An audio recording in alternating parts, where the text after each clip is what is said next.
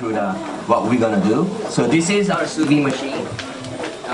It's quite expensive, but what it does is it keeps the temperature and it circulates the water. So whatever temperature you set at, today we're doing a fish at 140 degrees. Yeah. So let's say you're doing a steak at 135 medium rare. It's gonna stay at 135 degrees, no matter how long you keep it. If you do it too long, of course, it's gonna get drier. Now for fish, if you're setting at 8 minutes, you have to take it out at 8 minutes. Okay, so now what we're gonna do is we're gonna seal this in a cryovac bag, like so. Didn't have the machine, so okay, with olive oil and salt. Okay, we're gonna submerge it in there, and we'll cook for about 6 to 8 minutes. But at home, now we, of course, obviously not gonna have those, so we can have in a pot. Yeah, have a thermometer, check it, and then we can do it that way. Okay. So if you want cryovac machine at home, Macy's have it online, yeah, to seal the bags. Or I can show you at home we can do it Ziploc. It's not as good, but it's workable. Okay. So first, this is fillet of opah. Okay. So we're gonna slice this like so. So like 2 pieces. Okay. And then I'm going to season with salt. Okay. Let's try this home way with the Ziploc. Now you can put this inside the Ziploc. Okay. It's submerged, then you just seal it. It should come out pretty good. Yeah, so that's how you can do it at home. Now, another good thing about vacuum sealing is if you're to freeze things, it doesn't get frostbite. So you can leave it for months, versus if you're just to wrap it and then, you get frostbite, which changes the quality of whatever the product is and of course the taste. So, okay, so now we're gonna start off with making a sauce, which is a brown butter with miso, ginger, and chili pepper and Tabasco. Okay, so brown butter basically is burnt butter. So we got 1 whole block of butter, and make sure it's unsalted. Unsalted butter. So what we're doing is we're gonna high heat. We just wait till it starts to turn brown. Okay, now if you do it too long, it's gonna get really, really bitter. So you have to make sure that just when it turns brown, you don't want to set it on the side. Okay. In the meantime, we're gonna put all the ingredients. So there's 3 types of miso in here. First one is Saikyo miso. Okay, which is Saikyo miso. It's white miso from Japan, of course, and it's sweeter. Okay, you can buy them at Marukai. These other 2 miso that we mix at the restaurant is red miso and white miso, half-half. Okay, we get grated ginger and little Tabasco. Okay, so the ingredients-wise is really, really simple. Not much in there. Okay, and then I'm gonna make sure you mix this. Can you folks see, right?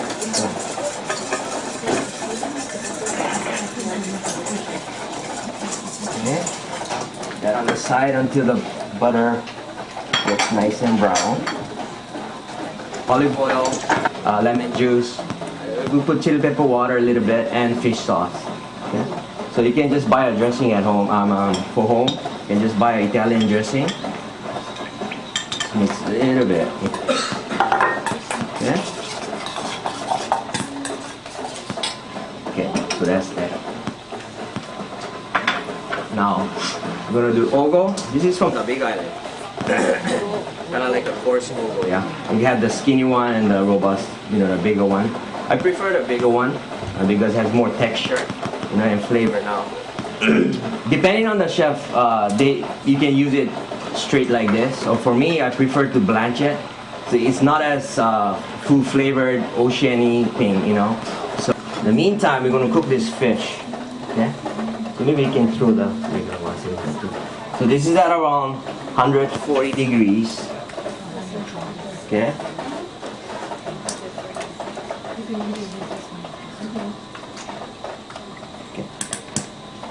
Okay, then we cook it that way. Maybe this one might take a little bit longer. Okay, so this is how we do it at the restaurant when we have big parties and stuff. So this will take about 6 to 8 minutes.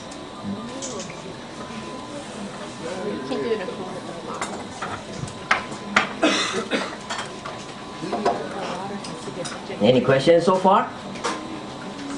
Yes. If we do it at home without the machine, you said we can put it in the water. Yes, like this.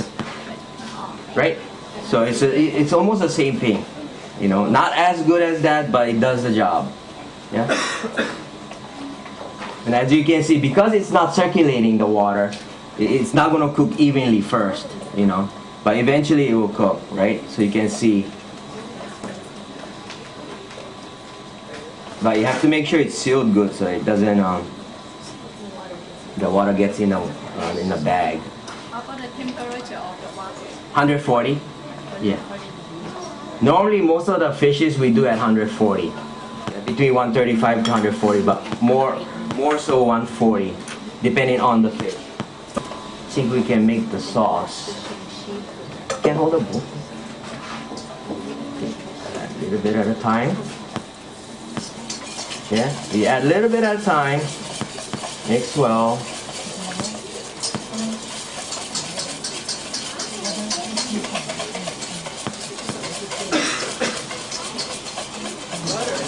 Now for this sauce, you can leave it room temperature. It will last you at least a couple weeks if you're not using it all. That's why I made a big recipe for you. Bigger recipe so you can, you know, save it and use it as for fish, meat, whatever you want. Okay? So basically that's a brown butter sauce with ginger and miso. Okay? This is Thai basil. I prefer Thai basil than a regular basil for this particular dish. But you could, of course, if you have basil at home, you can use sweet basil. Okay?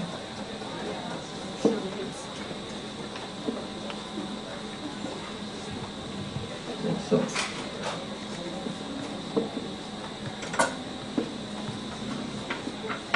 Okay. Now I'm going to put ogo in the front.